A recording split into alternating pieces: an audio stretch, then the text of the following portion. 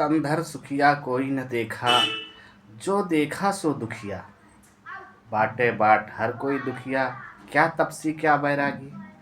राजा दुखिया प्रजा दुखिया, तपसी को दुख दूना। आशा तृष्णा हर घट व्यापे, कोई महल न सूना।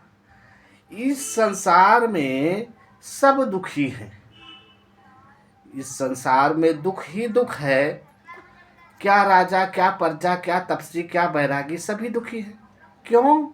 कि ये तन बिसकी बेली रे, ये शरीर ही दुख का कारण है। सवाल अब ये पैदा होता है कि जब सब दुखी हैं तो फिर सुखी कौन है। इस पर नानक साहब जी ने बड़ी अच्छी बात कही है कि नानक दुखिया सब संसारा, सुखी से जही नाम आधारा। बस यहीं पर संसार भ्रमित हो गया। सुखी से जही नाम आधारा। इस नाम के आधार जिसे नाम का आधार है वो सुखी है, ऐसा नानक साहब जी ने बताया। लेकिन इसी शब्द पे दुनिया भ्रमित हो गई। सबने ये सोच लिया कि भाई सभी कह रहे हैं कि नाम से बेड़ा पार है और नाम से ही सुख और आनंद की प्राप्ति है। सबने अपना अपना नाम पकड़ लिया। आज के गुरुआ लोग जो बैठे हुए हैं, सब का यही नारा है, आओ आओ नामदान लो। कोई एक नाम दे रहा, कोई 2 नाम दे रहा, कोई 5 नाम दे रहा, कोई 10 नाम दे रहा। लेकिन शर्त ये कह रहा है कि चाहे जान चली जाई मगर सार शब्द बाहर ना जाई। किसी से मत बताना कि हमने क्या बताया। कान में फूकेगा, दूसरा मत सुने। अरे कहाँ से लेके आए हो ये 52 अक्षर के अलावा, तुम कहाँ से लेके आए हो जो कान में फूक रहे हो और ये कह रहे हो किसी से बताना मत। अरे जब तुम्हें ही संदेह है, जब वो सत्य है, जब वो ताकत वाला है, उससे जीवों का कल्याण होगा, तो उसे गुप्त क्यों कर रहे हो। तुम्हें तो चाहिए आओ मिल गया मिल गया, लेकिन सब झूठा प्रोपोगेंडा। लाखों गुरु हजारों गुरु और सबके अलग अलग नाम, एक विचारधारा किसी की नहीं हुई है। क्यों? कि सब भ्रम के झूले में झूल रहे हैं। जिसने जो पकड़ लिया, जिसको जो लाठी पकड़ा दिया, उसी को लिए वो चल रहा है।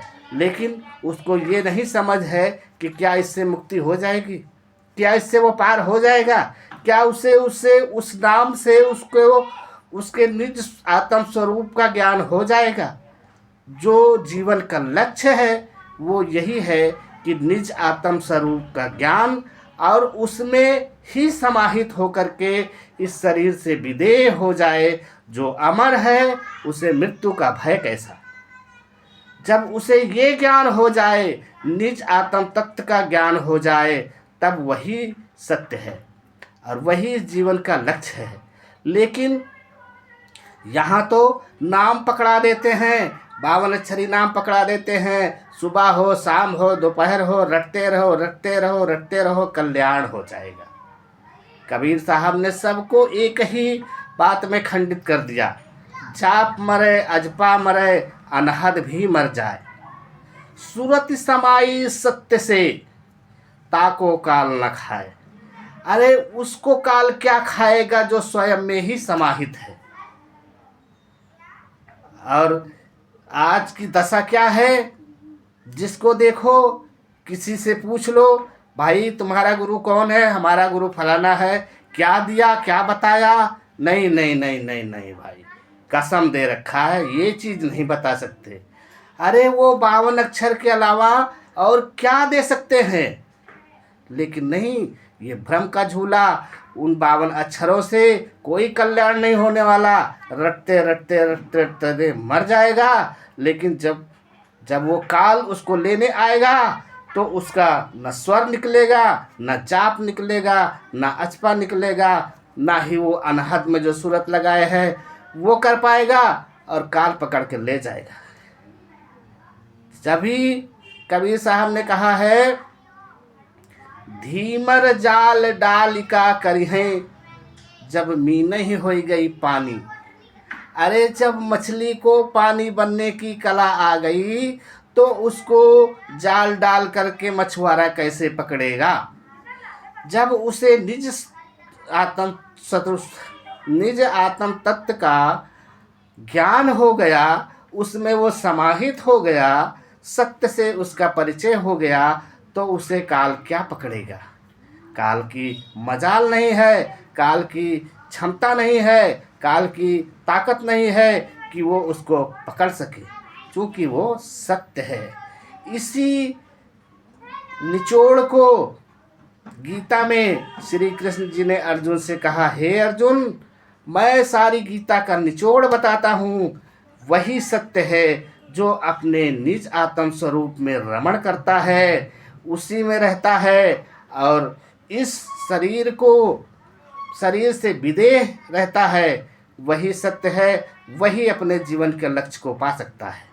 लेकिन आज जो इस संसार में गुरुओं की आंधी आई हुई है, इतने गुरु हैं, गुरुओं की बाढ़ आई हुई है, लेकिन सत्यता कहीं नज़र नहीं आती है। सब अपनी अपनी झोली भरने में लगे हुए हैं। अरे तुम तो गुरु हो, सामाजिक कल्याण के लिए तुम्हारा अवतरण हुआ है, तुम समाज का कल्याण करो।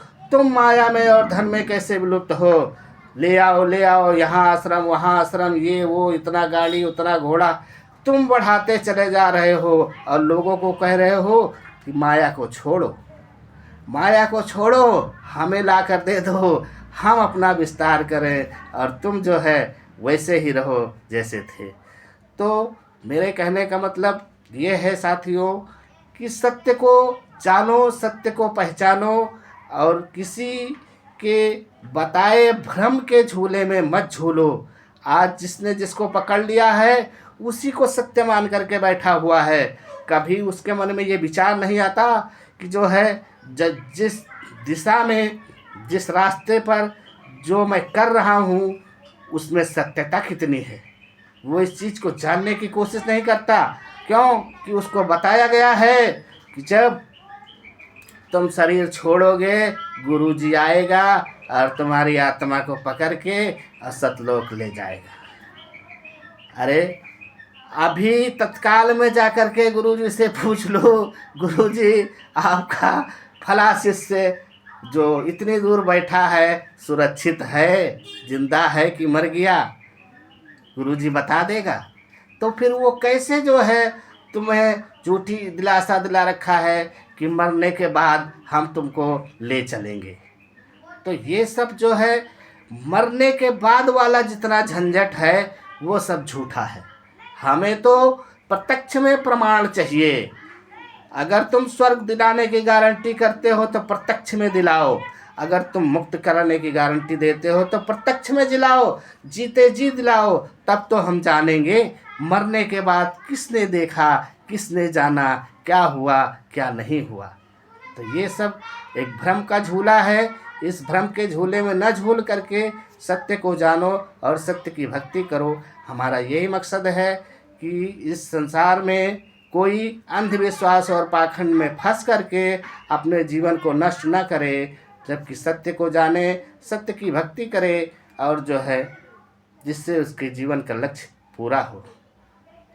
हमारी बातें अगर अच्छी लगी तो आप कमेंट में लिख सकते हैं। धन्यवाद।